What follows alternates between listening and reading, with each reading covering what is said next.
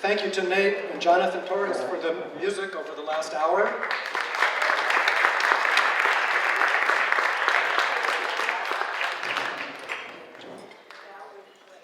Welcome to Reflections of a Trailblazer, SBCAN's tribute to Senator Hannah-Beth Jackson.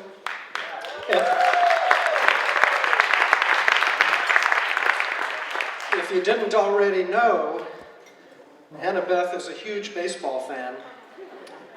Jeannie's trumpet playing was the first clue, and there's more to come. My name is Ken Huff. I'm Executive Director for SBCAN. And no. Well, thank you. We'll hold our applause in different segments for the end because there's a lot of names and organizations to mention. So I'm joined up here right now with Jeannie Sparks, our Associate Director, and Nadia Abushanab, our Events and Advocacy Director.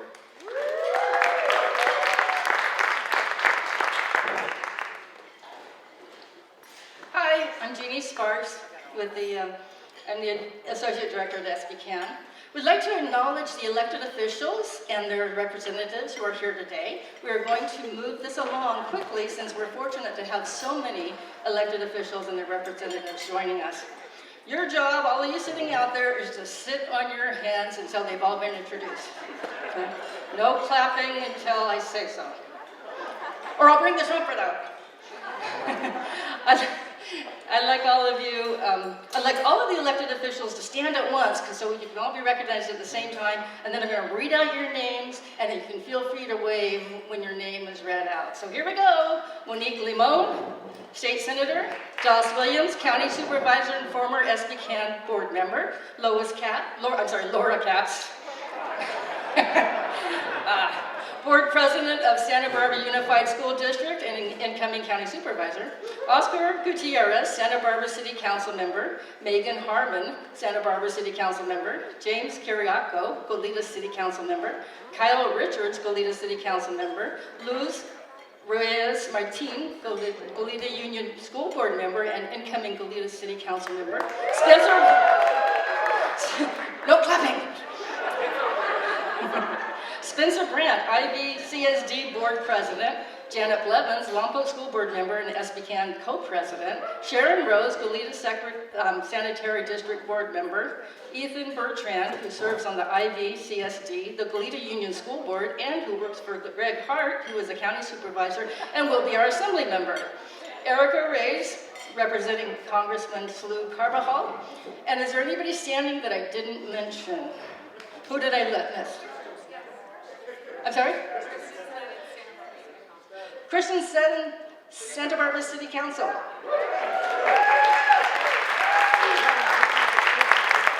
Okay. Anybody else? Okay, thank you. All right, thank you, Jeannie. And don't feel bad, Kristen was a late sign-up, I think, right? Ooh. We'd also like to recognize our SBCAN board members who do so much to support this organization.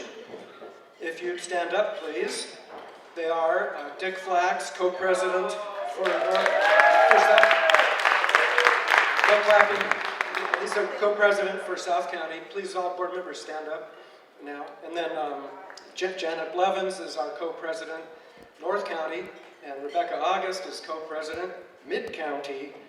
And our board secretary is Gail McNeely. Jaime Tinoco is here, Alan Diaz-Correa, and Stanley Zankov. Also on our board, but not here today, are Jonathan Aboud, our treasurer, and Lawanda Lyons-Pruitt, and Carla Frisk. Thank you very much for your service on our board.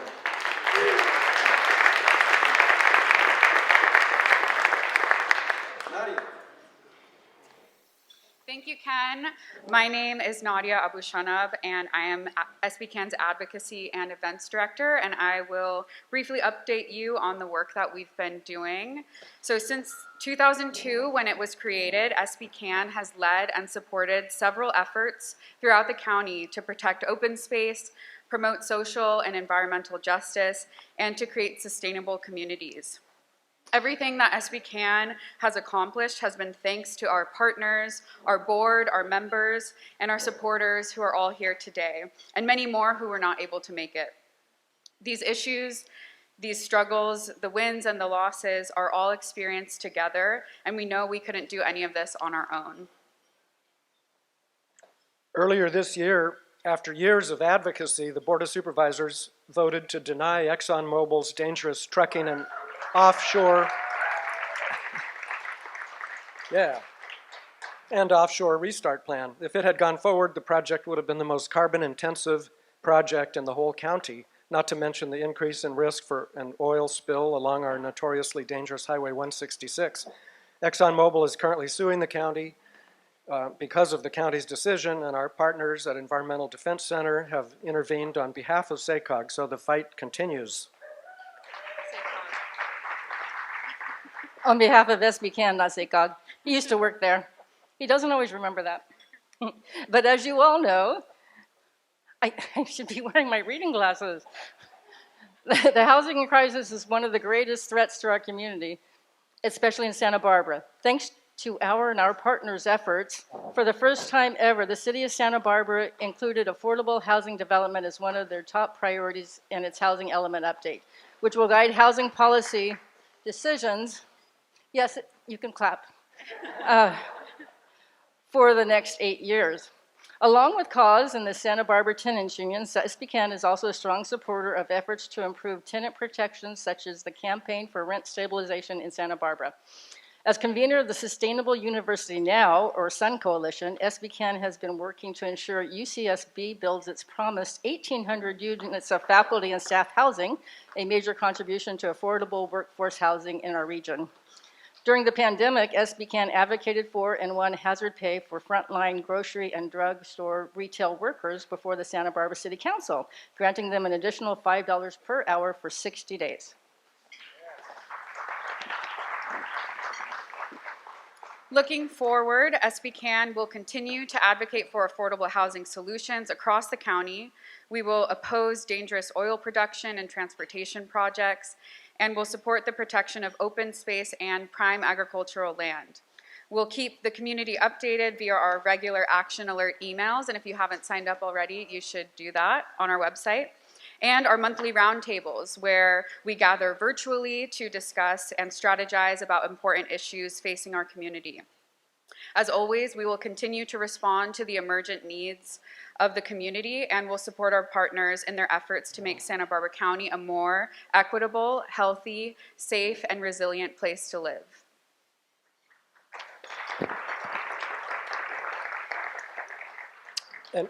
And with that, we'd like to thank the 35 sponsors of this event listed in our tribute book. We've never had anywhere close to that. I think 23 was the high in the past. It's really important. That your support is really important that we're able to continue this important work all across the county. I hope you get a good look at the tribute book. There's, we call them ads, but they're really tributes. And so all the sponsors have submitted some pictures and some messages to Hannah-Beth that are really nice. So I hope you get a look at it and take it with you. Jeannie. Did you read the sponsors? Did you have any sponsors? I'm sorry. Okay. Okay, I have the first list of sponsors. Thank you to our voter promoter sponsors, Ruth Ackerman, Rich Applebaum, and Karen Shapiro, Scott Finas, Senator Monique Limon, no clapping, sorry, not to the end. Law Office of Mark Sertillo, Santa Maria Lompoc Branch of NAACP, County Supervisor Doss Williams, Janet and Harvey Wolf, Spencer Brandt, Democratic Women of Santa Barbara County, the Santa Barbara Independent, B.L. Borove and George Rellis, David Landecker, Nancy Alexander, Community Environment Council, and Barbara Lindeman. And thank you to our climate champions. They are Lee Heller, Meekop, Gail Osherenko and Orrin Young, Dick Flax, Jonathan Aboud, County Supervisor Greg Hart, Lisa Carlos and Brett Queener, Susan Rose, Law Office of Janet McGinnis, Santa Barbara Foundation, Margaret Connell, Kate Silsbury, Tom Parker and Karen Broman, and one last minute one that's not in the tribute book, Santa Barbara Community College Foundation.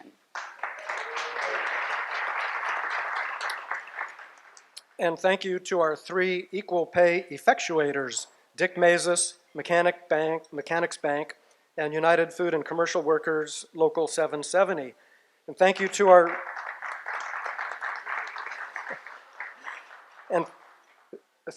our diversity defender, Communify, and a big thank you to our Trailblazer sponsor, United Domestic Workers of America.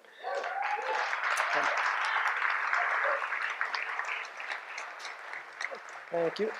I would like to invite Robert Gibson, union representative, to speak on behalf of UDW. And let's hear it. Oh, okay. Okay. Come on up, and let's hear it for all of our sponsors. Thank you.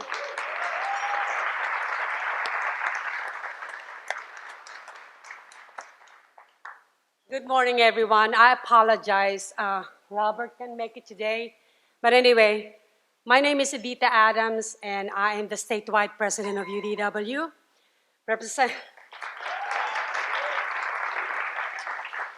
Representing 155,000 home care workers throughout the state of California with 22 counties.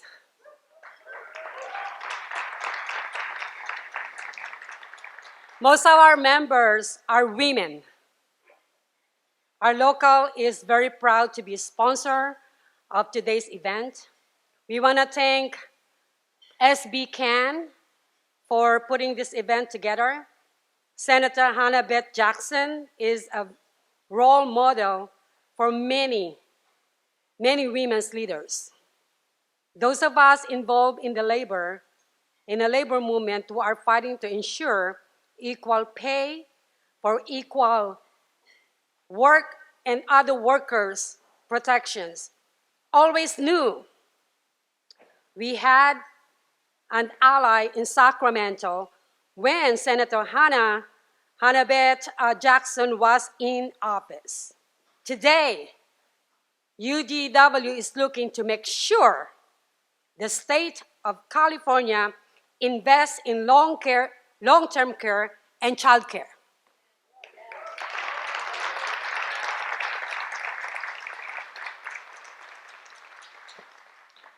Paying caregivers an adequate wage ensure that others can go to work while we take of their loved ones and that everyone is able to prosper.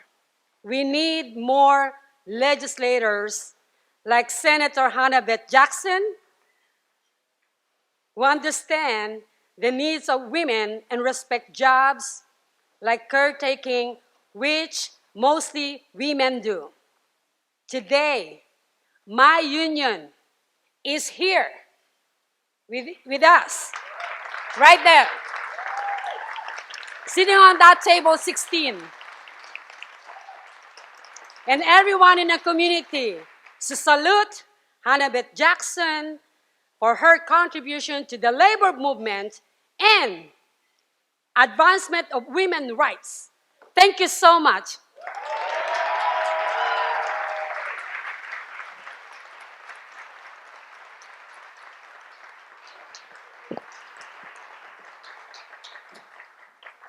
Thank you so much for those heartfelt remarks and for your support. And now I'd like to introduce SBCAN co-founder and South County co-president, Dick Flax.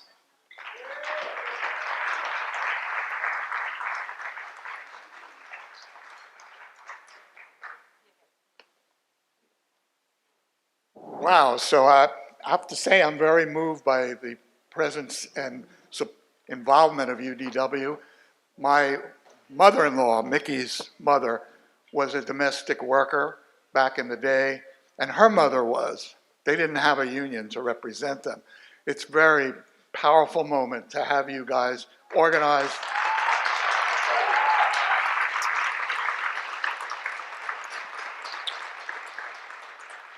You all just saw our 3 staff members. We wouldn't exist without them. They're remarkable, and this whole event was their creation, including this great repast. Personally, I think they overdid it, but We were planning this event 3 years ago, and some things intervened, like COVID. And when we decided this was the time to do it, when should we schedule it? And we decided to do it after Election Day, either as a wake or as a celebration.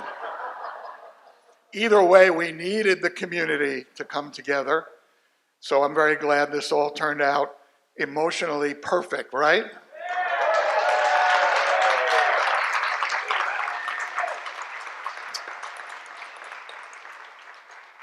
I'm the last surviving board member from the founders group 20 years ago.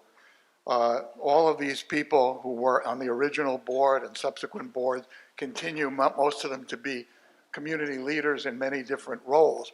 But this is the best board I've ever seen because of the active leadership roles of every board member in the very diverse county-wide settings. So if you want to understand who these folks are, you have their names, look them up on Google, maybe you'll find out what they're doing. But they all are involved in really potent leadership roles. So our board meetings are wonderful occasions for sharing what is happening throughout the county in terms of progressive community building, coalition, and action. This is what SBCAN, I think, has come to be, a center of coalition building in our roundtables and in our events such as this, North County Award dinner, building up the North County as a place where progressive activism really makes sense and makes a difference, as well as down here. Thank you all for coming here, and of course, thank you for your support, which we're going to, this afternoon won't end without asking you for even more support. So, one of the people on our board is a performance artist of note, Gail McNeely.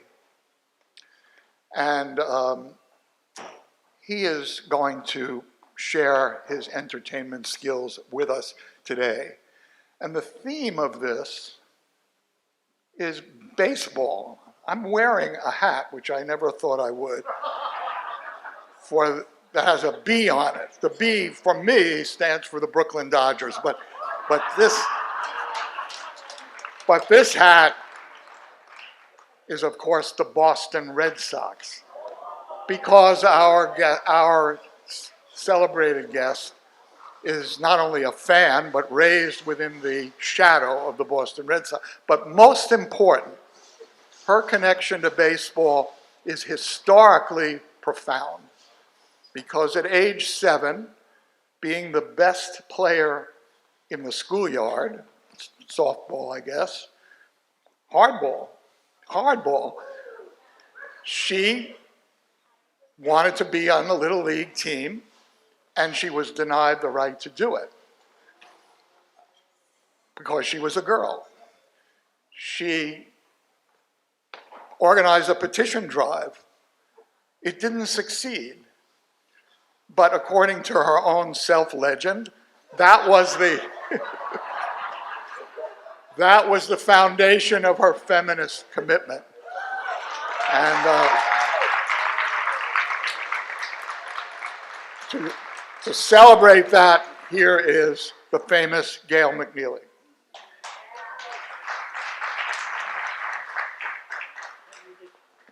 Thank you very much. I'm coming down there. I don't belong up here. Am I on? I'm on? I don't hear it. I have a big voice, but I also have a mic. Look what we got here.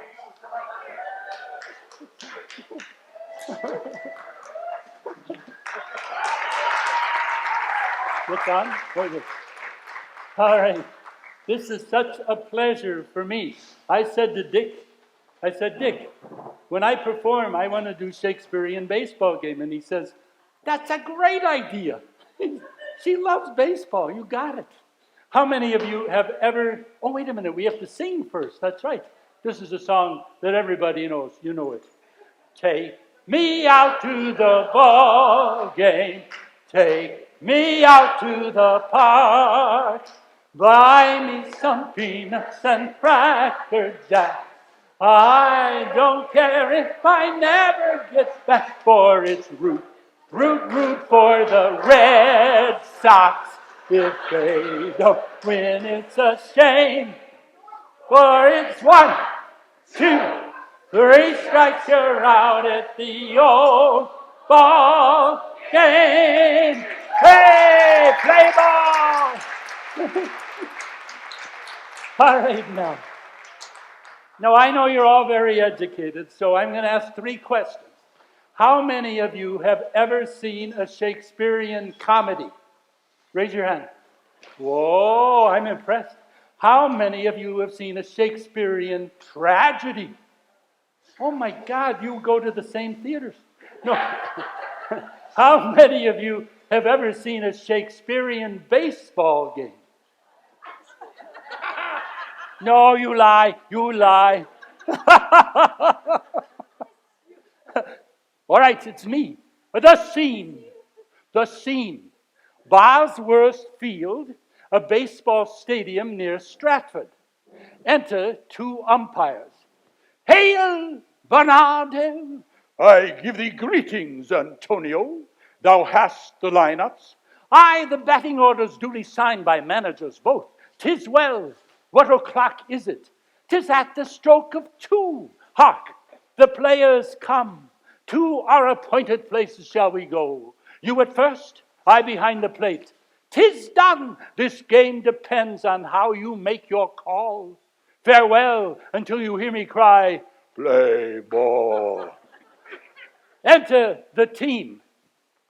My excellent good friends, may fortune smile upon our enterprise this day.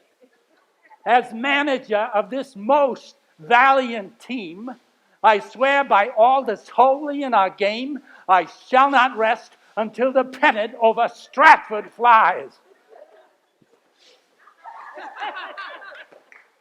Most noble manager, who calls?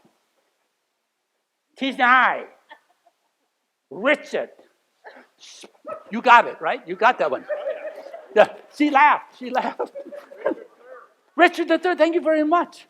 You are so erudite. But there are crowds all around me. This is theater in the round. It only happens in Santa Barbara. Well, Richard, what do you have to say? How doth the starting lineup go? 'Tis as it was before, Perry, Pete, and Joe out in the field. Pee-wee, thou the shortstop spot will play, and you 3 at your accustomed bag. Stan the first, Bill the second, and Richard the third. Most noble manager, who called? 'Tis I, Richard again. Speak, O faithful Richard. I pray thee tell us, where is the captain of our team? The man whom all the sports reporters call the noblest catcher of them all. Alas, the gentle Yogi. He sits and mopes in the locker room, and well as he might, but in the last 10 games he has not hit the ball. Yes, hitless has he gone, and 20 times been called out on strikes. To think he led the league in RBIs, and now he reads the record book and cries. But soft, he comes. Oh, what a rogue and a bush league slob am I. Is it not monstrous that this player here, but in a fiction, in a dream of passion, should gaze upon the record book and find that he has 10 games hitless gone? Oh, cursed fate that I who led the league should now bat 208?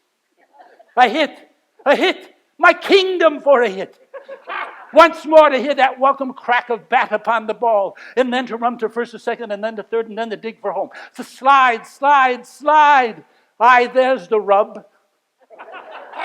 No. There's a divinity that shapes our ends. Most noble Yogi, who calls? 'Tis I, the mentor of your team. Oh, sweet my manager, gaze not upon my face, for this is the passion of deep grief, and springs from a batting slump. Take heart, gentle Yogi, for the day your batting slump shall end. What say you? I have devised a plan, wherein you shall bat 5 for 5, a hit for every time I go to plate. 'Tis so. Angels and ministers of heaven defend us. He has flipped his lid. My lid have I not flipped. And here is the instrument of your success. 'Tis but a bat. Not but a bat, but a very special bat. A Louisville slugger that once to Babe Ruth did belong. Babe Ruth, and with which the mighty Bambino 60 home runs did hit. Is this a slugger I see before me? The handle close to my hands. Come, let me clutch thee, and with this staff of Burnham wood shall I yet win the day. Play ball! The game begins. Pitchers, catchers, shortstops, lend me your ears. The game begins, and win we must, and win we shall. Give me your hand, valiant yogi. 'Tis gladly given. Play well, valiant yogi. Remember, today's gaming is being televised. Televised? And the TV shall record each passing play. TV or not TV? That is not the question. We shall play with might and main. Where is my battery mate, the mighty Whitey? Art thou prepared to take thy place upon the mound?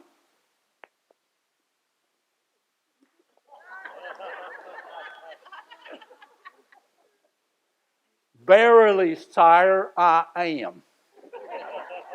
I shall do everything thou durst desire. I shall throw a goodly mixture of curves, sliders, and changes of pace that shall cause them to saw the air mightily with their bats. Thusly, thou art indeed a southpaw. They poise from the south. Before this evening's sun is set, we'll win the game for Stratford and for Gillette. The game is now progressed to the 9th inning. Out goes the game. 'Tis the 9th inning with one away, and they do lead us by a score of 1-0. Who's next? 'Tis I, Macduff. Ready am I to do thy bidding, sire. Then take this bat and hie thee to the plate. I go. For this relief, much thanks. How goes it, cuz? 'Tis one away. Macduff is at the plate. Lay on, Macduff, and nuts to him who cries, hold enough. A hit. A hit, a very palpable hit. Foul ball. Foul ball, that ball was fair. Fair indeed it was. Yo, summer, that ball was fair. That ball was foul. So fair a foul I have not seen. Thou rogue, with heart as black as the coat you wear upon your back. Get thee to an optometrist. Listen here. I go to my see him. I would the gods had made thee more poetical. Now for the bum thou art, thou stands revealed. Thy head is emptier than Empet's field. And I say to thee, strike 3.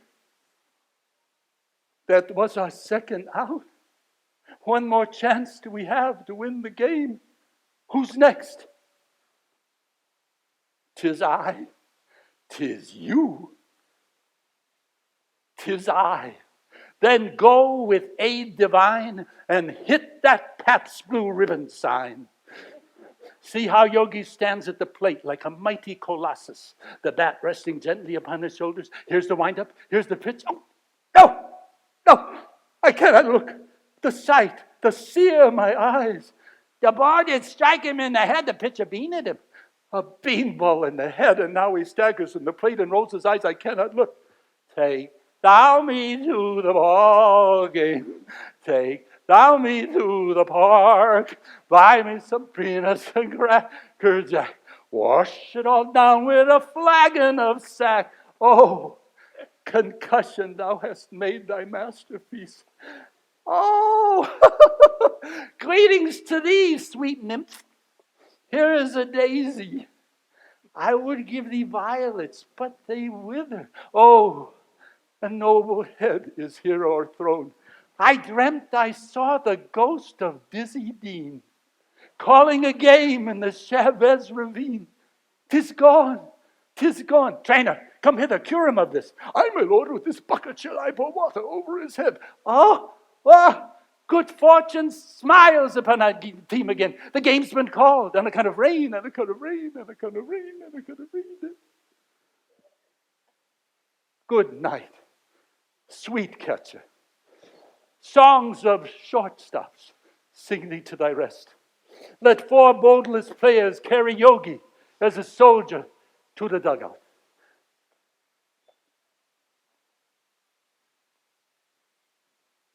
Oh, mortals are we, all of us. The greatest ones must fall. For even Casey Stengel knew, you cannot win them all.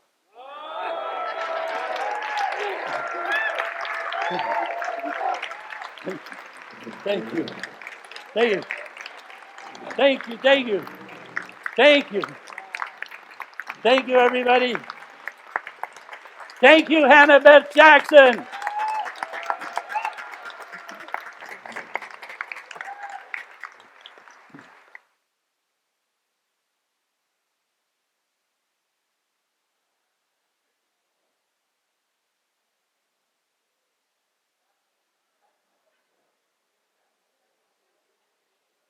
All right. You know, we've been blessed. One of the ways we've been blessed politically for the last half century has been the people who have represented this area in the state legislature. Hannah-Beth, of course, but preceded by Gary Hart, Jack O'Connell, Dos Williams, and now the successor to Hannah-Beth in the state Senate, one of the most respected figures in the California legislature. Monique Limon is with us today.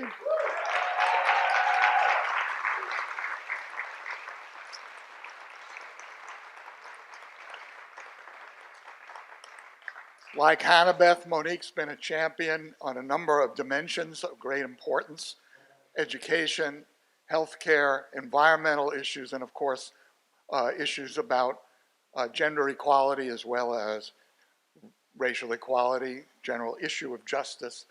Monique is a champion for that. We're very glad that you're here, Monique, and she's here to introduce her predecessor and guide, maybe. Monique Limon, folks. Thank you, Dick. So there's a rule in politics. You never want to go after Hannah-Beth Jackson. And today, I'm going to add Gail McNeely to the list. I see that you wore a Boston hat, but you did have Dodger blue on the whole time. So thank you for representing Southern California. It really is an honor to be here with you all today and to say a few words about someone who you all know well, but someone who I call my mentor, my friend, my colleague, my predecessor. Who has her own journey, and it's an incredible journey that you know a little bit about, but I want to tell you from my perspective what it means to know Hannah-Beth Jackson and who she is as a leader. I had the chance to meet Hannah-Beth Jackson years ago, but I probably had my first one-on-one interview with her when I decided to run for state assembly, which, by the way, did not take me as long to decide as it did for Senate. So, because she will throw that in. If I don't throw it in, she's going to throw it in. So you've heard about Hannah-Beth Jackson as a child and starting to organize to be on the Little League team. And I had this incredible pleasure once I got elected to office to learn a little bit more about Hannah-Beth Jackson. There was this incredible weather event. There was all this water falling from the sky. January of 2017. And all this water falling from the sky meant that every single flight from Sacramento to Southern California, Burbank, LAX, Long Beach, was canceled. So Hannah-Beth and I decided, how are we going to get home? We want to get home. That's usually what you want to do on Thursday afternoons. And so we decided to drive a car together. We rented a car from Sacramento, and we came down to Santa Barbara. Had to go a different path, And so, because the 101 was, I think, flooded or something of the sort. And in this time, I got to know a lot about Hannah-Beth Jackson. I was doing the driving, and she was in the passenger seat. One of the things that I got to know is how much she loves her family. During the time in the car, I think she FaceTimed, and I just got a little peek, of course, of her grandchildren in Chicago. At one point, she had the Dons basketball game on because we were trying to figure out the score for her grandson that played on the Dons team. We talked a whole lot about her family, and she was convinced, Meredith, that, of course, because of the Cleveland School Library thing, we, of course, had to have been there at the same time, maybe in different roles, but we had to be there at the same time. Additionally, she told me this incredible story about this woman who decided with her husband to go on a motorcycle ride all across town. It turns out that Hannah-Beth Jackson and George used to ride Harleys. Who knew? And I was like, tell me more, tell me more. We also got to talk a lot about her work and my work as I was just starting in the legislature. We talked about her work with paid family leave and how important it was. We talk about her future work and her desire to see more women represented in office, in the corporate world, and in leadership. We talked a lot about the environment. We drove to through parts of California that don't always agree with us. Parts of California where we saw oil drilling up and close to the neighborhoods and families that they often impact. We talked about how disconnected we sometimes felt with some of our colleagues who simply didn't understand that the coast was not a place of elitism. It was a place where we cared about our environment and certainly wanted to protect our environment. We also joked that we were really happy that we were from Santa Barbara and Ventura. Additionally, we talked about the gender pay gap. We talked about the issues that so often so many individuals face and her work. She always reminded me that she had an overnight 35-year success. This was how she got her pay equity bill across the finish line. It took her 35 years, lots of fights. We talked about how the big industries often take over and get what they want, and sometimes we just get a slice of the bread. But that it's so important to keep trying to get more and more slices because eventually they'll become a quarter of a loaf, half a loaf, with the dream of one day getting the full loaf. We talked about consent, informed consent, and the work she did in the legislature with others in terms of ensuring that yes means yes. We talked about aging. My grandmother had Alzheimer's, and we both knew that in California, that is one of the fastest diseases that we're seeing, particularly impacting Latino families. We also talked about what it meant to have water. Even if temporary, we knew that we couldn't always solve all of our policy problems simply by creating policy. We needed to understand that some of the things were out of our control. It was that car ride that we created an incredible friendship, we created a mentorship, and we created just a long time of being able to work on those issues. I am so honored to be the person following Hannah-Beth Jackson, but that she is the predecessor. I'm honored that I've been able to build on the work that she has done with colleagues, because that's what community and leadership is about. It's about building and understanding that you don't do anything alone. We are so excited because now we share some of the same issues. So as she worked on pay equity, I've gotten to work on pay equity as well, and taking a lot of tips from Hannah-Beth. We compared stories about what it means to have the most hate mail. I think she wins because if you haven't heard the story, she received thousands of dum-dum lollipops from across the country when she stood up for women and pay equity and paid family leave. Yes. Hannah-Beth Jackson is a trailblazer. She is a warrior. She is a leader. She is a woman who we all look up to. I am so grateful to have had the chance to work with her, but I'm grateful that she belongs to all of us because she is one of our representatives. And she's done so much from her Little League days to the Assembly to the California State Senate to lead our community, to lead our state, and to lead our country. Please join me in welcoming both Starshine Rochelle and former state senator Hannah-Beth Jackson.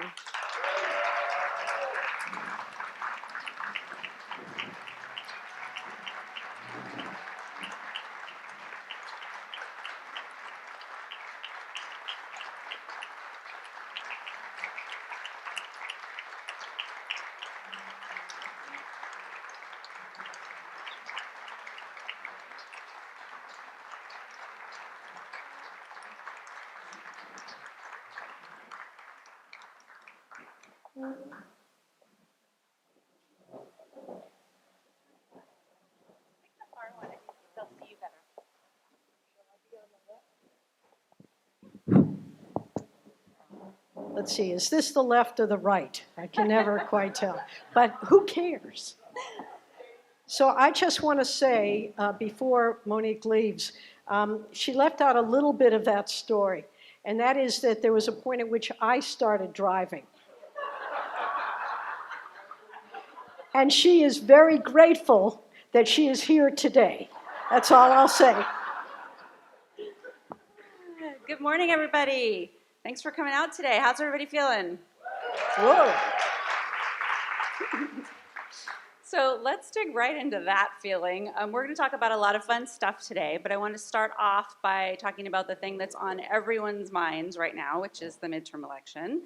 Yay. I want to know your thoughts about the election. Hannah-Beth, of course, we didn't get the red wave, thank God, that everybody was, that they were promising.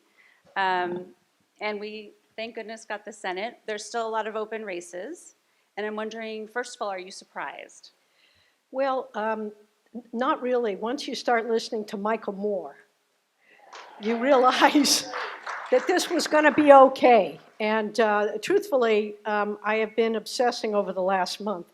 I have done every calculation, and I don't even know math very well, to try to figure out what was going to happen. But I was surprised on the one hand, but really, if you think about the fact that America has historically been either a center-right or a center-left country, but we have always tried to find a center. And whether we've been successful or not, it's hard to say. But I think that this country really does pride itself in being a democracy. And, you know, we just went through Veterans Day, and we thank people for their service to this country. And the fact that so many of our young men and women have gone into the military believing, rightly or wrongly, that they were fighting for democracy. So I think it's a very powerful tool. And I think it's one that we have to keep reiterating. I also think that when you take away a fundamental right from 52% of the population, some of them are going to be pretty pissed off. And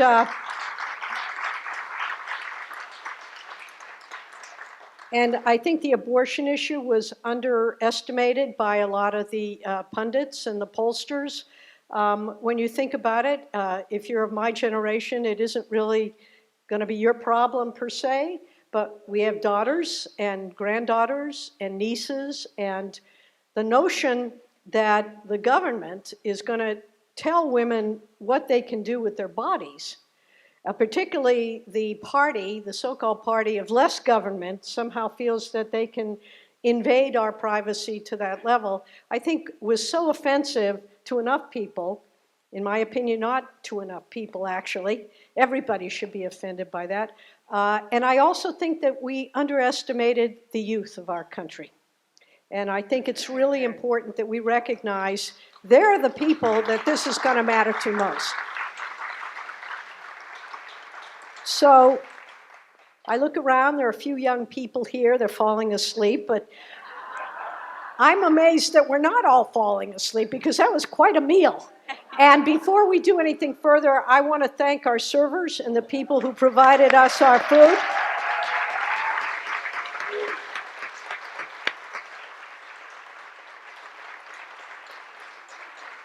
Because this couldn't happen without them.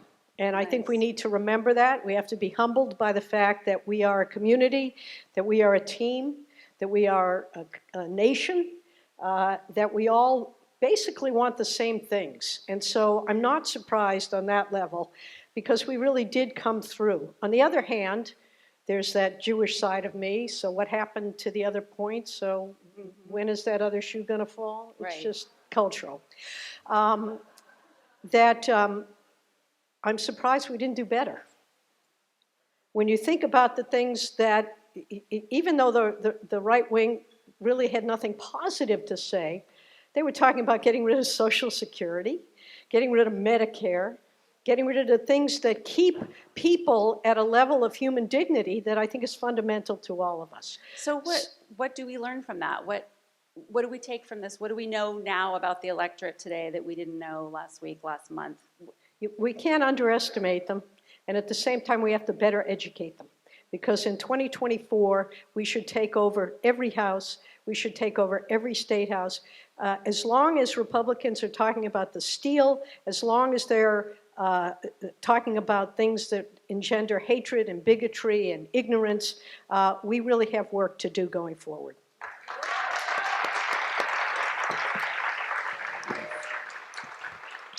So you've done a lot of things. I don't know if everyone here knows Hannah-Beth had a radio show at one point. You've started nonprofits. You ran a legal office for a number of years. You taught public policy at UCSB.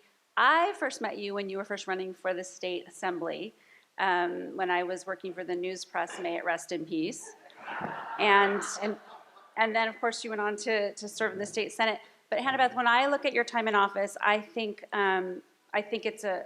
it's an example of how to get hard things done. That's what I think about, and how to enact legitimate, like tangible change that's impacting people's lives. Whether it's tackling sexual harassment and assault, putting forth bills that affect aging and veterans, and protecting our privacy and demanding gun safety and all that sort of thing. But what I like best about you, if I may gush for a moment, is that you're both fearless and relentless. So you're my kind of broad, and I dig that. Or as you once said to me, it's a combination of irreverence and chutzpah. So it's pretty accurate. So you once told me when I asked you, how do you get things done in politics? You said you never, ever, ever, ever, ever give up. There were 4 evers. So I was like, she means this. She's serious about this. So I was wondering if you would talk about a time when you had to persevere past where you were comfortable. Oh, there are several of those. Many years ago, I was here in town with my wonderful husband, George. I don't think we were married then. We were just living in sin.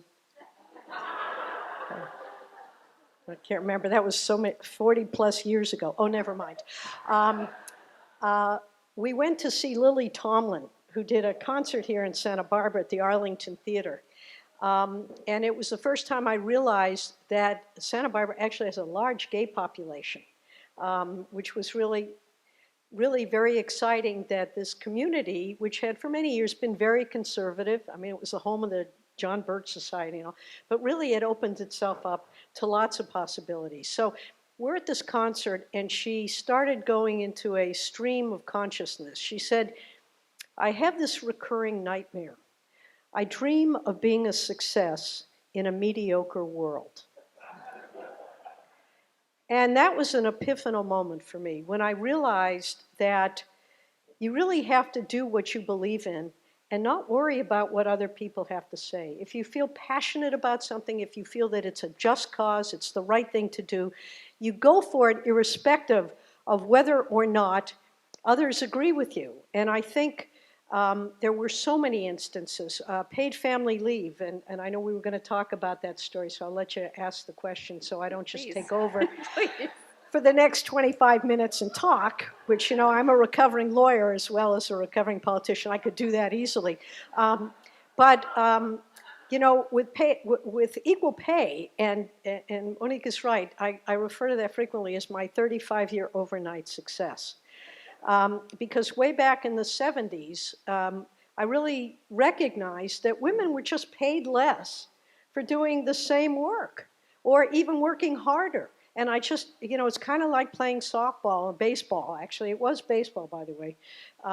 There's where I was fearless. I don't think we had helmets then. You just ducked if the ball was coming at your head, you know.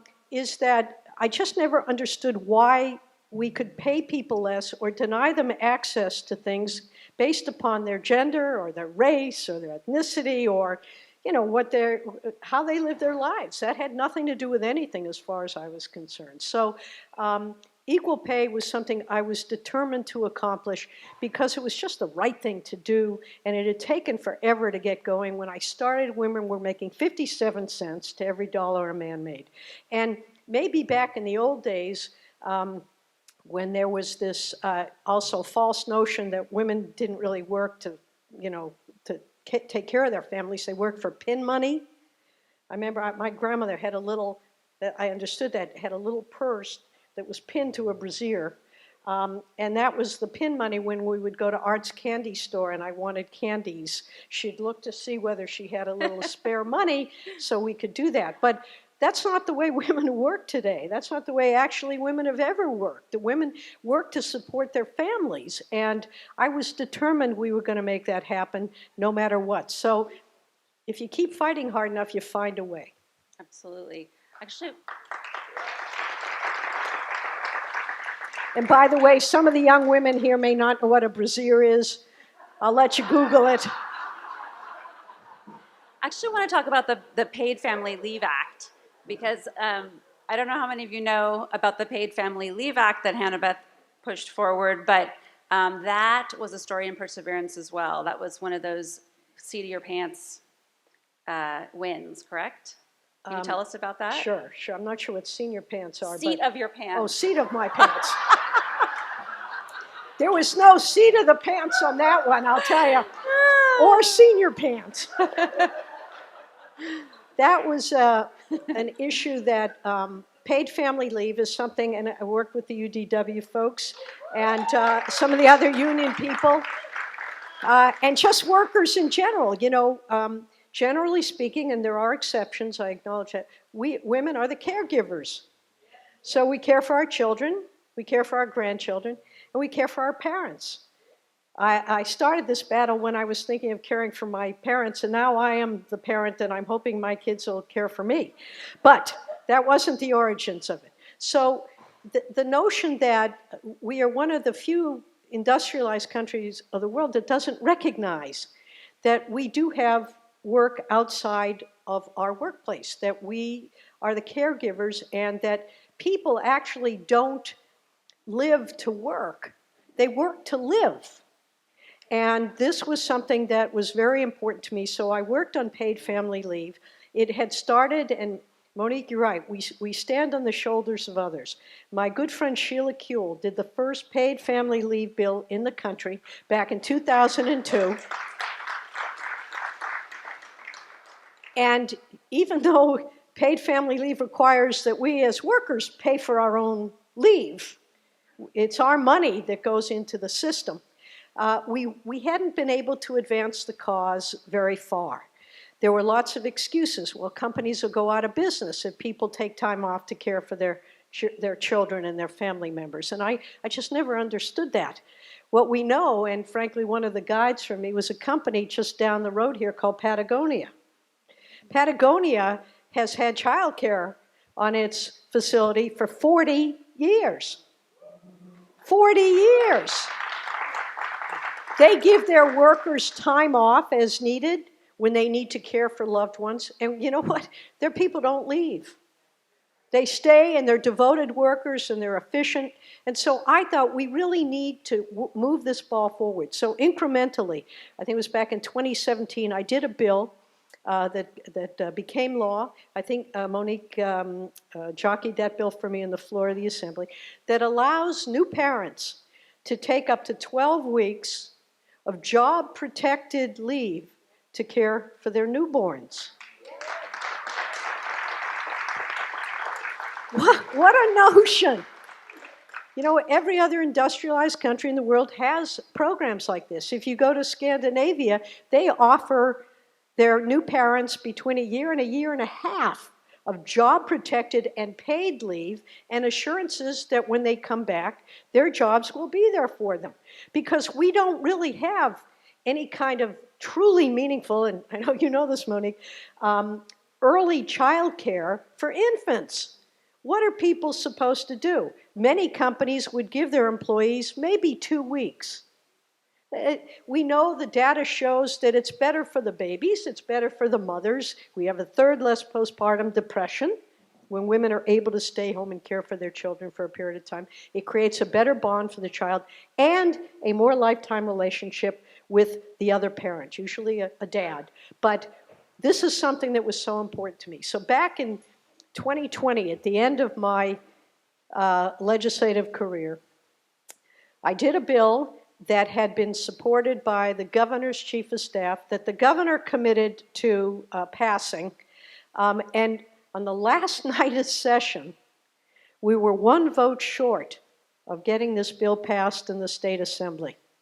1 vote short. What would this do? This would give everybody 12 weeks of job-protected leave. Not that it would be paid for by employers, but just give people the right to take 12 weeks, whether it's to care for a parent who's going through cancer treatment, whether it's to pay for a grandchild when there's turmoil in the family, whatever the reasons. So last night of session, it really doesn't look like it's going to happen. At about, I don't know, 11:45, I put my computer down. We're a vote short. And I said, okay, well, my last bill, you know, it's been a good career. I wish this had happened, but oh, what the heck. At about 11:57, the Speaker of the Assembly called upon one of his members who had actually gotten up and spoken against the bill, but was indeed a primary physician. And he went up to him and he said, I need your vote. I need your vote. You know this is the right thing to do.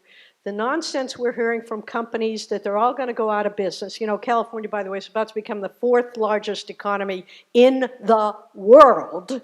So nobody's going out of business. And I flipped open my computer just, you know, it was 11:58. And I thought, let me give it one last chance. And there was 41 votes in the California Assembly, and the bill passed 2 minutes before the end of session.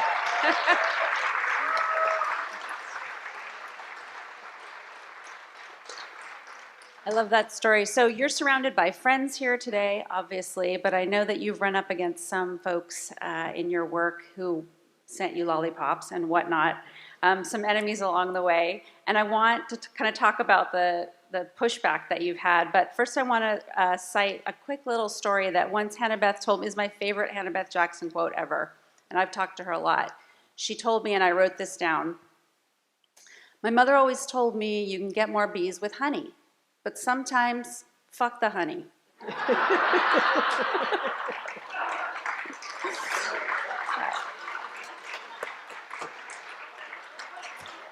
So that said, let's talk about some of the folks who were not your fans so much, like who got in your way and had to be dealt with. Like, who did you run into and have to get them out of your way? Well, you know, I try not to think about those people because I'm trying to get a much more Zen attitude about the world and life in general. But, you know, there's more than one way to get what you need and what you want. And so I'm going to recite for you a little something that sort of, it may be a little off topic, but I've discovered, have you noticed when politicians are being asked really hard questions these days, they answer an entirely different question. I've noticed that. So that's a good approach. So let me share with you a sort of something that kind of comes true to me when I'm dealing with difficult people. So here's a little story. The US ship says, please divert your course 0.5 degrees to the south to avoid a collision. The CND reply, and I don't know what that stands for, but you'll get it in a minute. The CND reply, recommend you divert your course 15 degrees to the south to avoid a collision. US ship, this is the captain of a US Navy ship. I say again, divert your course. CND reply, no, I say again, you divert your course. US ship, this is the aircraft carrier USS Coral Sea. We are a large warship of the US Navy. Divert your course now. The CND reply, this is a lighthouse. Your call. I love that.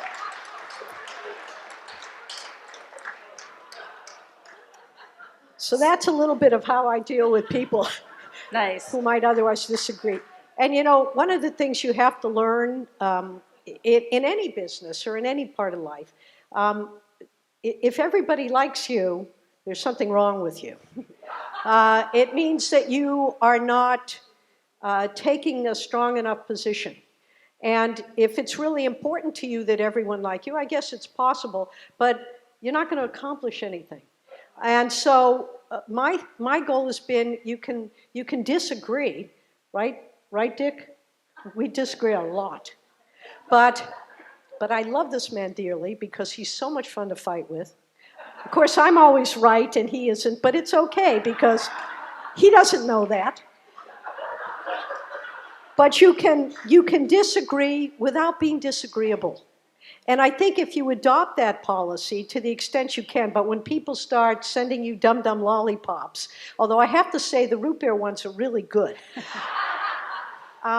there's a message there. And the ones who actually express a desire for violence or irrationality, or the one that drives me the craziest, is people who work from alternative facts. You know, I don't mind a good argument, but you got to be operating from the same facts.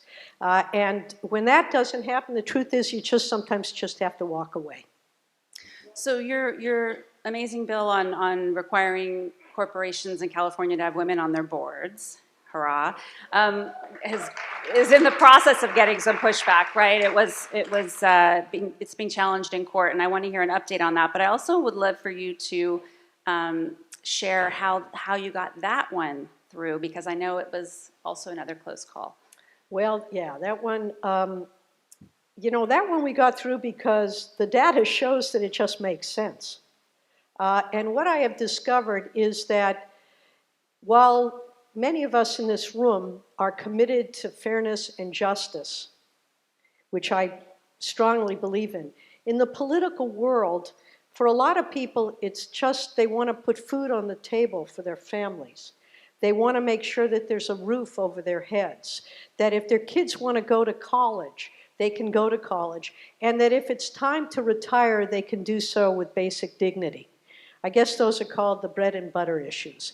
And I think it's really important that we understand that talking about the economy or economic aspects really is a winning discussion when you have it.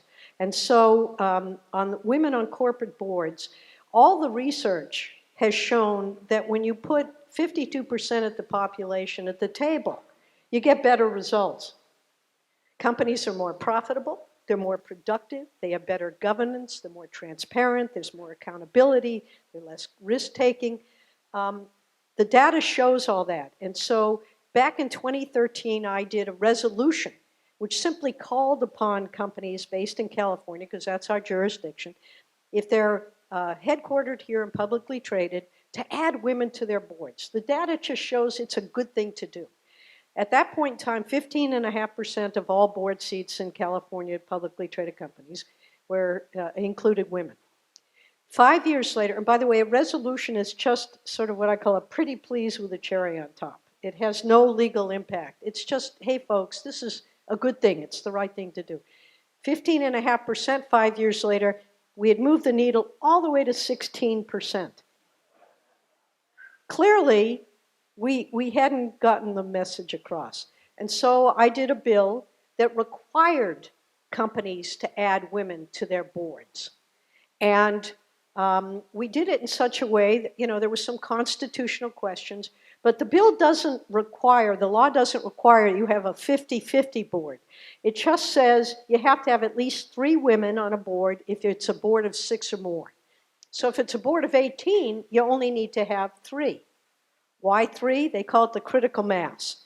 And the way I explain it is if you have 1 woman on a corporate board, she's expected to get the coffee. You have 2 women on a corporate board, they expect the women will fight over which one's going to get the coffee. If you have 3 women on a board, they tell you to get your own damn coffee, right? And so, I may be drawing a blank. That was such an easy bill to get passed. Actually, it wasn't, but we were able to get most Democrats to vote for it. I don't think we got any Republicans, but what we did is we identified the recalcitrant male members, Democrats, who claimed that they were all for equality, etc. And we made sure that the women's groups in their districts hounded them like crazy, embarrassed them, humiliated them, even put a few ads in newspapers. So we were able to put some pressure on them. Then the problem became, will the governor sign this bill? Because of all the noise that was made about its constitutionality. It shouldn't be unconstitutional when you say give everybody an equal chance. Well, their argument is, well, then you're discriminating against men. And then I argue, well, really? Does that mean that they need a little extra leg up because they aren't as qualified? I didn't get dum-dums for that. I got other things, but that's never mind. So the bill passed, and I love this story because it involves my daughter, who maybe it will send her this because her daughter is now in a swim meet in Chicago, so she's not here. I was worried, but the bill went to the governor, and he has 30 days to sign or veto a bill. It was the very last day. It was a Sunday, and we were in Chicago, and my daughter says, Ma, he's never going to sign that bill. He's just not going to sign it. I said, okay. So that very last day, it was right after the Kavanaugh hearings, okay? The weekend, it was the Sunday after the Kavanaugh hearings. He signed the bill. He signed it, and he said, this is a shot across the bow of male-dominated corporate America. So, that night we went out to dinner, and I made our daughter buy the champagne. And he had his wife sign it as well, right? She did, and so, it was really quite an extraordinary event. Not only did he sign the bill, but his wife, Ann Gus Brown, signed the bill right under his name with an exclamation mark. And he also sent a letter to the United States Senate Committee on the Judiciary, explaining why he was signing this bill and why it was about time that we brought women into the halls of corporate America. It was a great moment, and I'm still tasting that champagne. Do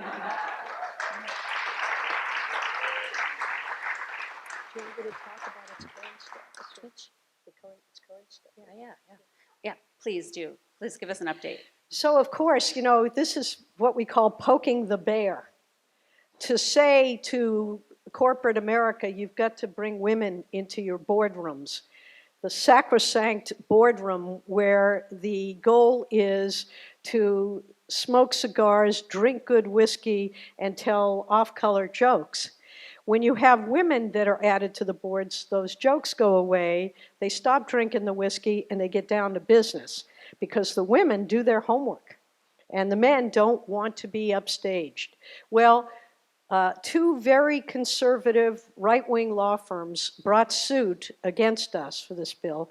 We went through a trial that was on and off from November of 2020 to February of 2021, and I was required to go down to Los Angeles Superior Court for 10 days. I was required to testify about this bill. And it was very clear we had a judge, actually a woman, but sadly had been appointed 30 plus years ago by George Deukmejian, who simply did not get it. So the court ruled against us. The measure is now up on appeal, and the appellate court, and for the lawyers in the room, I'll try to keep it simple. Basically, she issued a permanent injunction enjoining any enforcement of the law. The Attorney General representing our side asked the Court of Appeal to lift that injunction, saying that it was likely we were going to win. And lo and behold, the court lifted the injunction, so the law is now technically back and enforceable.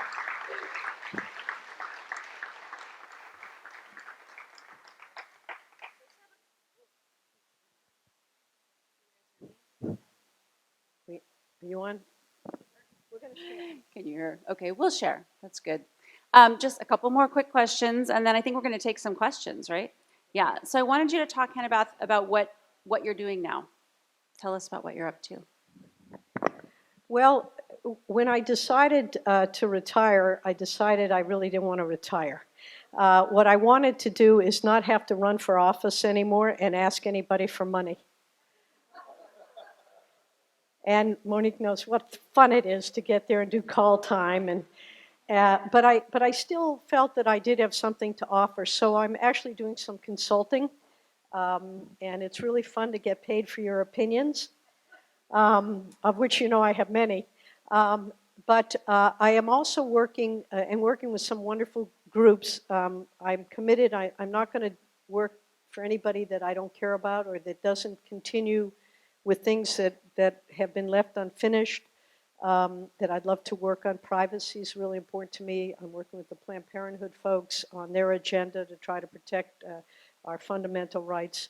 And I'm also working on a couple projects that are related to what we've been talking about, to try to bridge the gap, to bring together, to the extent we can, companies with vision like a Patagonia or a Salesforce or other companies where the people in charge are really committed to social justice, while at the same time also being in a business where they can make money and profit and also preserve the planet. How do we get those people together with policymakers, with advocates, with working people, and find that common bond? How do we find a way that we can get to yes on issues that are important to moving us all forward, to creating a world where everybody has opportunity, where we have and respect and support that diversity and equity? So that's one of my projects. And the other is, you know, if we keep going at the rate we're going on corporate opportunity, economic opportunity for women, it's going to take 100 years. So how do we bake into our system that opportunity for equity? These are both pretty challenging. I'm working with some really wonderful people.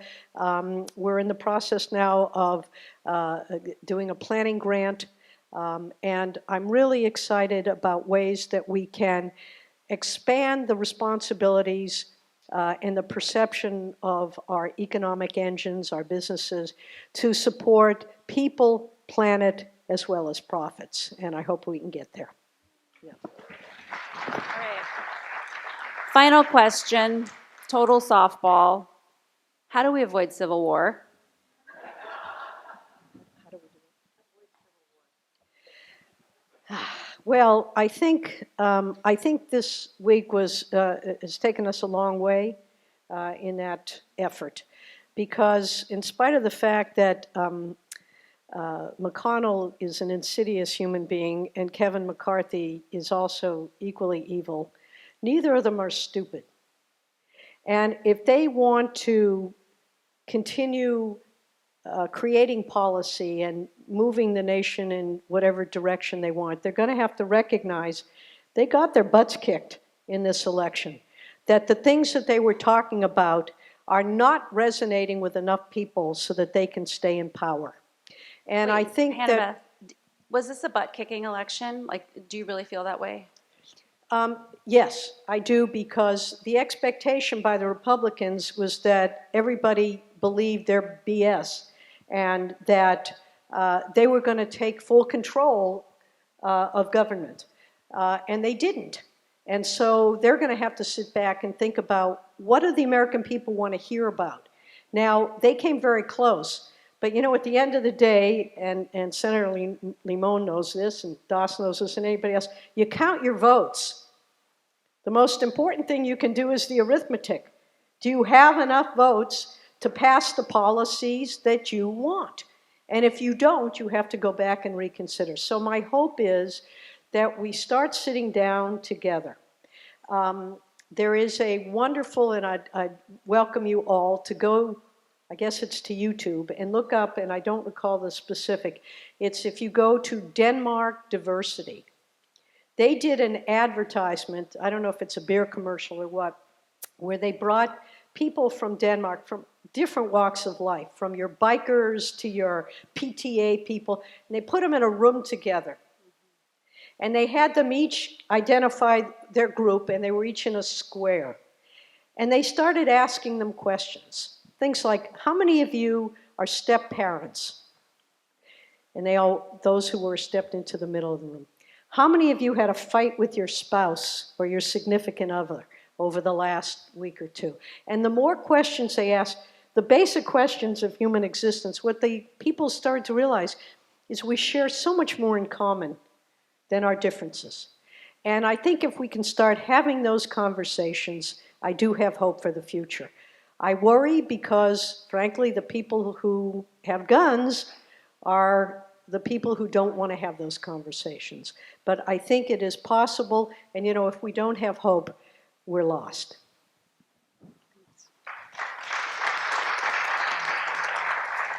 So I think we're going to take some questions for the audience for Hannah-Beth. Who has a question? You raise your hand, and we will call on. Yes.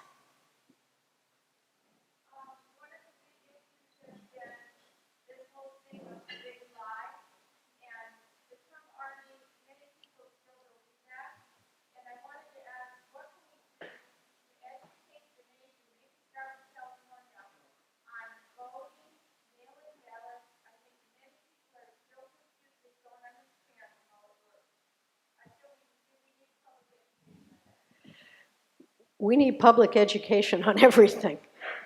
We need public education on democracy. I think that would be probably the best place to start. You know, it's shocking how many people don't know that we have 3 independent branches of government. It's shocking. Among some of our colleagues in the legislature, Senator Monique Limon, some of them don't know that the judiciary is an independent branch of the government. Some people in the executive office don't recognize that the legislature is an independent branch of government. And I would submit to you that most of our young people today don't. And that is, civics is a place we need to start. And the more people begin to understand that, and I think in this election, very few people other than Donald Trump and his coterie of wackos are claiming that this election was fixed. I mean, there was more transparency, more accuracy in this election, I think, than in any other. And I think the more people are educated to that, I don't think America doesn't like sore losers. And we got a lot of sore losers from 2020. And you'll notice today that even many of the Republicans losing who were previously saying the elections were fixed, right, they're actually coming up and they are conceding. And I think this is something to their credit and their benefit. And now we move on. So I think those are ways. It's going to take a while. You know, we haven't just, this election wasn't the panacea, but it is an opportunity for us to move out of the darkness and into the light. And so many of the election deniers, too, last week were shut down almost sort of roundly. It was very heartening. It was. Yes.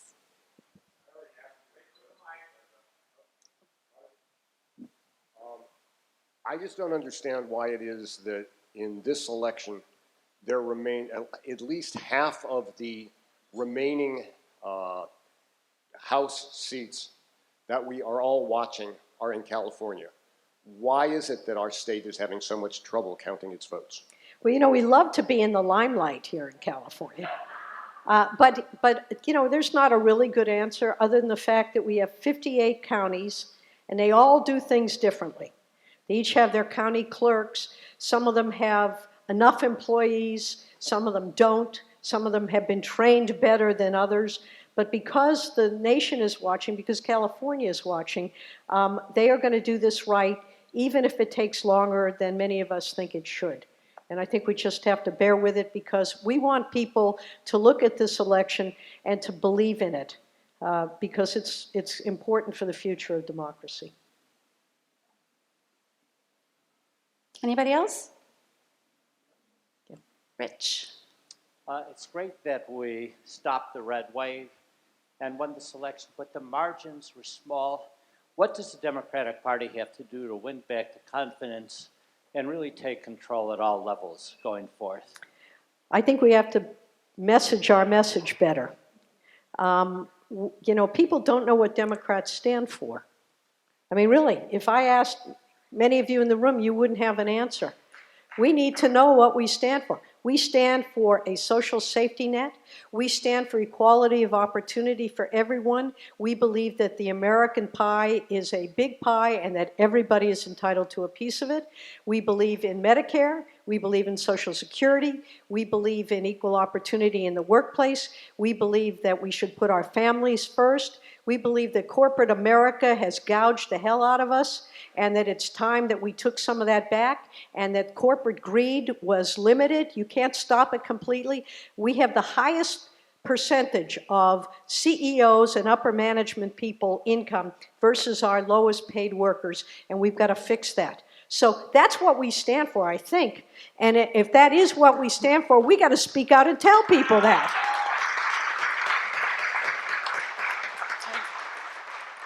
I think there's another question. Okay, go ahead. Joan? Last question. Go, Joan. Okay, my question has to do with education and civics. I know that in California, I do believe, and I must say I don't know this for sure, you're required to take a civics class in high school. That's correct, but a lot of the states don't have that obligation in their education code. I'm wondering if we should do more in California about that, and also how can we get the whole group of states to come along and teach their young people what it is to be a citizen? Well, that's a good question. Certainly in California, we can lead the way. We tend to lead the way. You know, I like to joke that California loves to be first. We don't necessarily care that we do it best, but we like to be first. And I think, though, in many respects, you know, the country laughs about California, but they really wish they were California. And so I think we could certainly lead in that. I think that there is a lot of misunderstanding about what's going on. There's a lot of misinformation. But I think if we stop being afraid of ourselves and each other, that's what my hope is going forward, that we will have been able to change that and to sort of change the dialogue. You know, we are all in this together, and I think it's important that we really commit to that. And I think our young people, God bless the young people of this country. I think they were an integral part of this election result. God bless women who finally realize, or not finally realize, who recognize that if we don't speak up, they will leave us behind. You know, misogyny has a long history in this world, going back to, I think, the Garden of Eden. So we have a lot of work to do to be strong, to be bold, and to speak up.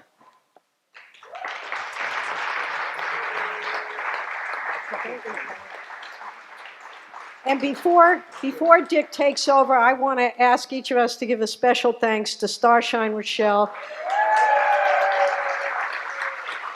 I know, no. I know she didn't get to ask all the questions that she had, but she is one of my sheroes because not only does she find the humor in life, which we all need, because, you know, life doesn't end well. So you have to have some humor in between. And she is sufficiently irreverent to make it more meaningful. And so, Starshine, Rochelle, when you finish up working at LinkedIn, I hope you will help me write that memoir. Thank you. Thank you, Starshine. Yeah, I was going to thank Starshine and thank you for inviting Starshine. That was a brilliant stroke. And I also want to acknowledge, where is he? The judge. There he is. You know, this is a couple that is an admirable role model for successful marriage.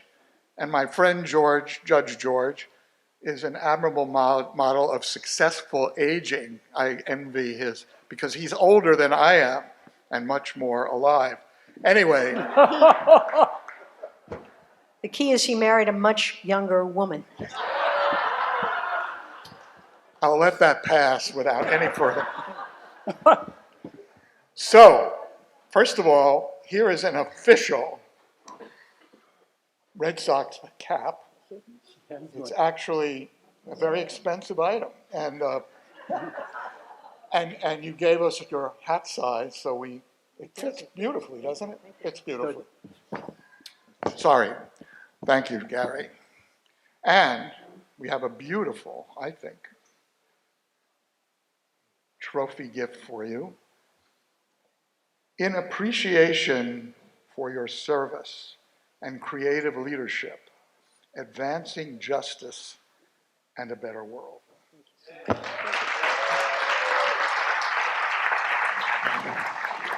have any final comments?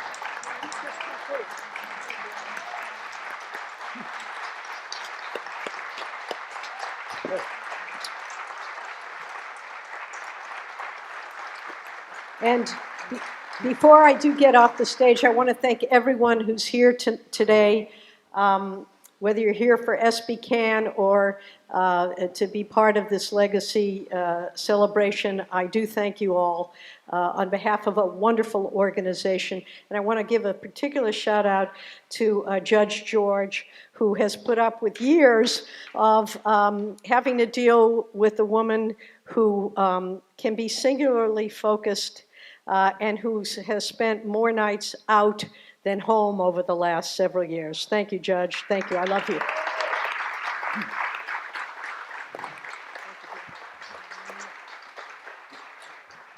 I have a song, Hannah-Beth, that could be your next lead song, and we could sing it together. You gotta have heart. All you really need is heart. When the odds are saying you'll never win, that's when the grin should start. You gotta have hope. Mustn't sit around and mope. Nothing's half as bad as it may appear. Wait till next year and hope. When your odds are batting 0, oh, pick your chin up off the floor. Oh, you can always be a hero. Oh, you can open any door. There's nothing to it but to do it. You gotta have heart. Miles and miles and miles of heart. It's okay to be a genius, of course, but keep that old horse before the cart. First you gotta have heart. Yeah, you gotta have heart. So much. Wonderful. Thank you. Wow, Gail, thank you. Just one Hey, moment. welcome. I'm not going to speak in front of you. No. I'm going to introduce you Oh, thank you very again. much. By the way, with the hat, so I said to Hannah-Beth, that's your hat size now, but you might get a swelled hat by the end of the brunch, but apparently it's okay. Yeah, thank you. So don't move, because the fundraiser now will come to a conclusion, and we need you to stay here and participate in this. SBCAN, we've had a tremendous invigoration by the addition of Nadia Abunashad to our staff. She not only arranges events like this, but she's a wonderful public spokesman for our organization. She's quite brilliant, and she's young, which is really critical. And to support this very economical staff that we have and the work that we're doing, and the coalition building that we're doing, and the struggles that lie ahead, which include very much in my heart and in Mickey Flack's memory, the struggle for housing justice in this county, in this community. That's very central to me, but environmental issues of many kinds, and solidarity with labor. These are at least 3 examples of things that we're trying to work on. So I'm going to pledge right here, if I can do that, something, $5,000, because to me, this is an investment in the future that I really need to make. And I've spent so little during COVID. I mean, actually not spending any money on myself, really, staying at home most of the time. I can really feel that this is a great way to use my own personal funds. And I'm saying that to prime whatever pump, Gail, and who's coming with you? Janet. Janet is our co-chair from the North County, Janet Blevins.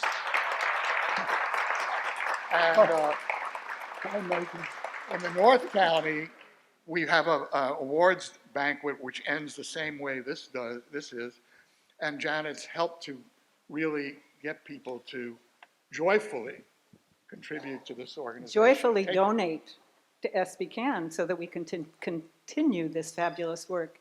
I come from Lompoc, up in the North County, you know. When I started my work with SBCAN, there were 100, well, there still are hundreds of oil wells in North County onshore. And when I would go to the planning department website, I would just see information about offshore platforms and onshore facilities that processed the oil.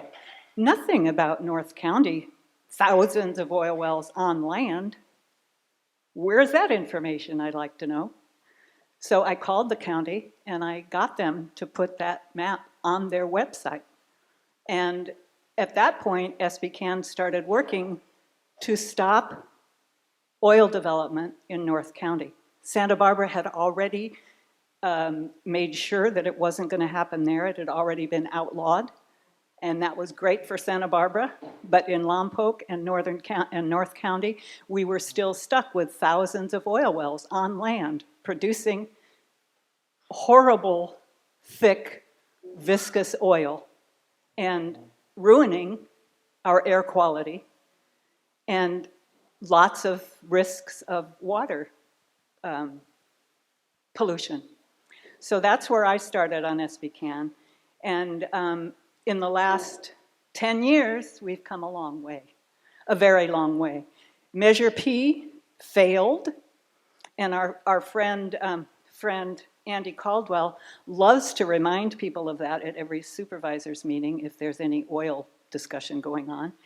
And I like to remind him, Measure P did not pass, but we have not passed an oil project in Santa Barbara County since Measure P failed.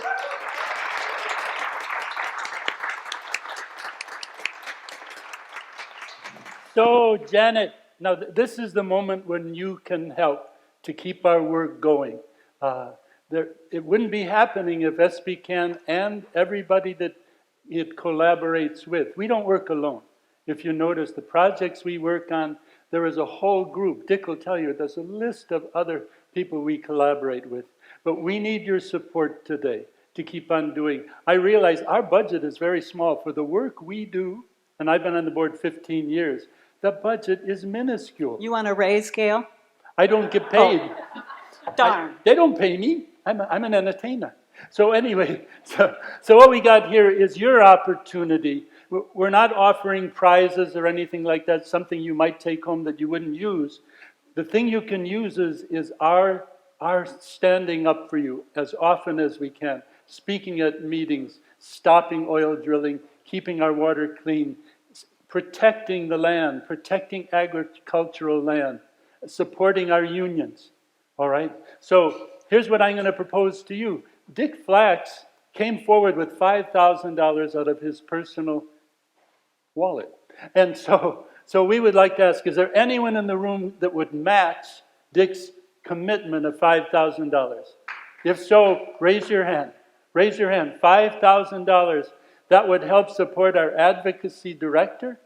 Her salary, we have an advocacy and activities director who is doing a really good job. Anybody willing to say, I'll match what Dick Flax did and I'll pledge $5,000? Raise your hand right now. I can see you, I'm high now. Maybe it's a mimosa, I don't know, I'm not sure. I'm going to remind people why I believe the Democrats did so well this term.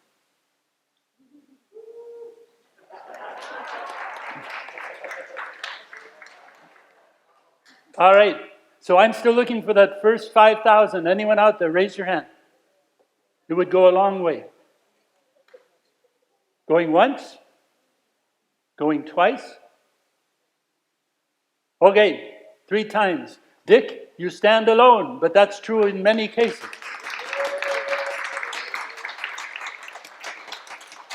All right, is there someone out there that would pledge $3,000? $3,000 for SBCAN to keep our work going for the next year. $3,000. That's a discount, really. From 5, that's really a discount, isn't it? I mean, I'm not good at math, but I think it is. $3,000 to SBCAN to keep our work going, to keep protecting the land, transportation. 3,000. Anyone out there? Oh, I'm from Santa Maria. This is Santa Barbara. I thought Santa Barbara would be, oh, yes. No, I did. I've lived in Santa Maria all this time. So 3,000. Raise your hand now. Raise your hand. Going once. Going twice. Going 3 times. All right, you got me. I'm not doing real well at this, Janet. So far, Dick made me a success. Would you like to try the next giving level? Let's try 1,000. Who would like to donate $1,000 to SBCAN to continue our great work? Thank you, Hannah-Beth. Hannah-Beth Jackson, number 60. Thank you. I can't see your number. It's number 60. We're going to retire that T-shirt when you're done with it. Yeah. All right, someone else for 1,000. Well, someone else for 1,000. Raise your hand. Oh, here. Oh, Ken Huff, our executive director.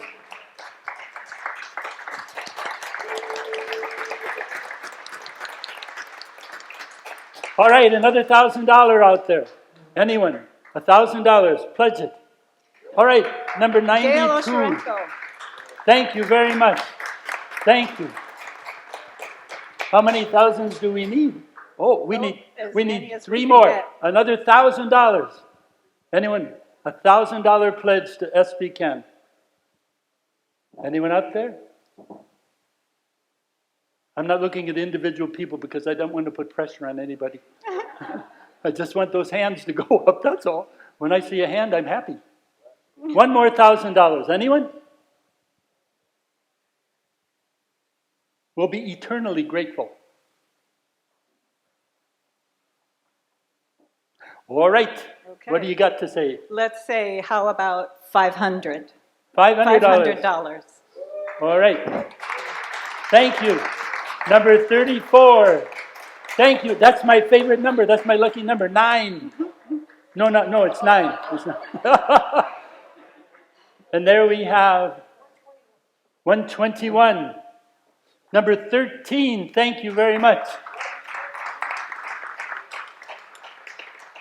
Okay, we need a couple more at 500. 129.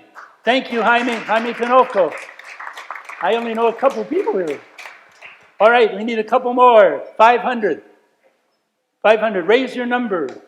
It's like, a big, what do they go at the art galleries? You raise your number. It's less than $50 a month if you wanted to just do it monthly. Oh, that's like joining public TV. That's what I do. All right, 500, another 500. Someone, raise your hand. I'm looking. Where are the hands? Oh, sorry, I'm not looking at you in particular. I was looking around. All right. Next.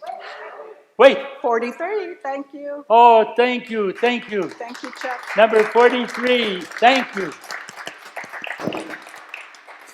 You're right, you shouldn't give up, Hannah-Beth. You should just keep going, right? Yeah, that's what you got to do. If he did another 500, I'm going to be brave. Another 500 out there. Look at, another one came forward right at the last minute. You can build on that. Yeah. Anyone? 500? Oh, thank you very much. Yes. You're number one. You're number one. Thank you very much. All right. So what's our next level of giving? Oh, 250. 300. 300. Oh, I missed a lot. 300. Who would like to give 300? Raise your hand. $300. Somebody out there? 300. $27.50 a month or something like that. $300. Anyone out there? Well, that was the door closing. No, so $300. Anyone? Then do we go to 250? Like 250. 250. We're going down the ladder. 250 back there. Thank you very much, Tony. Thank you very much. You can write yourself in, right? That's good. 250. More 250 out there. If you're here, it's here because you want to support us. This is one good way to support us, to support the work. 250. Another hand. How many do we need at 250? We need 6 people at 250. 6 people at 250, and we have one so far? 250, everybody. Think about it. Raise your hand if you can. 250. Yes, thank you. Number 112. Number 112. Thank you very much. That's 2. We need 4 more. 250. Anyone out there? Raise your hand if you have it. If you can afford it. If you want to support us, raise your hand. $250.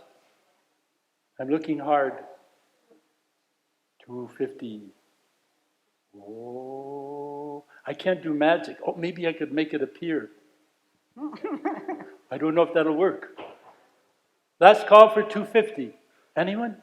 Raise your hand. What's the next level of giving? $100. 100. How many at 100? Our goal is 10 people at 100. Right there. What is your number? Do you have a number? Or 26. All right. 100. Thank you, Linda. $100. Raise your hand if you'd like to pledge. Number 66, thank you. Number 75, thank you. Number 67, thank you very much. And someone will come around. Number 56, thank you very much. 147. 62. 62, thank you very much. 147, thank you so much. How many do we have of a? 1, 2, 3, 4, 5, 6, 7, 8. Two more $100 pledges. 28. Number 28, thank you very much. And number 127, thank you very much. 59. And number 59, thank you very much. You exceeded our goal of 10. We got 11. That was great. Yes. We've raised $13,000 so far. $50 pledge, please. $50 pledge. $50 pledge. Number 64, thank you very much, madam. $50 pledge. 108. And number 73, thank you, sir. Who else out there? Number 93. Is it 93? Yeah. That's all right. He was doing 6-9 just to be funny. So, any more $50 pledges? Number 102, thank you very much. Any more $50 pledges? $50. Raise your number. Number 12, thank you, sir. Any more $50 pledges? Number 98, thank you, madam. Any more $50 pledges? Raise your number.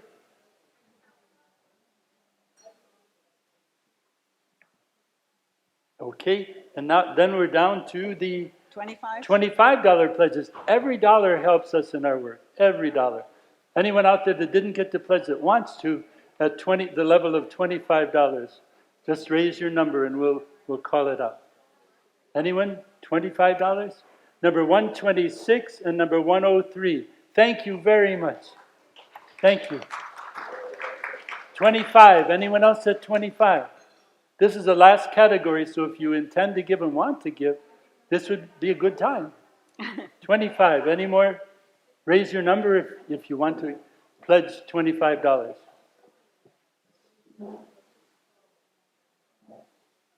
Okay. Well, here's what I'd like to do.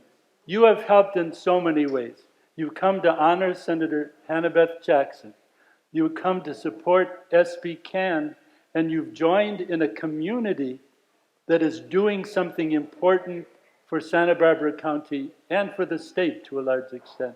So thank you for your contribution in all you do in your communities and all you give in time and money. And thank you for being with us here today. Thank you all so much.